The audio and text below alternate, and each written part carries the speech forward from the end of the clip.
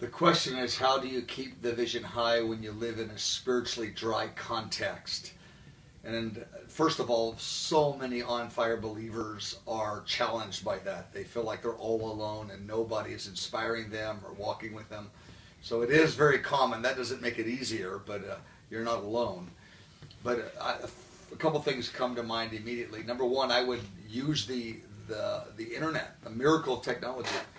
And there's ministries around the world that are casting the vision of radical commitment to God, moving the power of God, historic breakthrough of revival. We do a lot of that here, but lots of other groups do that as well.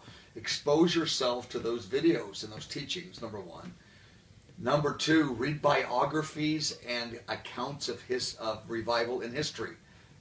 Kind of the same thing. Biographies, individual lives, revival accounts of history. There's hundreds and hundreds of books on these that explain how God broke in power in the First Great Awakening in America, the Second Great Awakening, and the same sort of things in the nations of the world.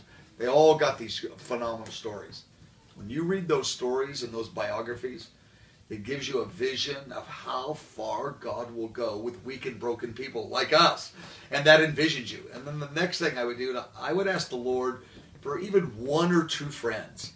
And you get together and you read the biographies together, you watch the web stream or the teaching, the videos of other places together, discuss them, journal when you pray, share with each other. One or two guys will make, I'm talking about friends, make a big difference. And they don't have to be your age. I mean, if you're 25, it may be a 60-year-old guy or a grandmother or maybe somebody 15 that's on fire for God, and you may be 40. So don't think it just has to be someone your age. As long as they have a on-fire spirit, eager heart.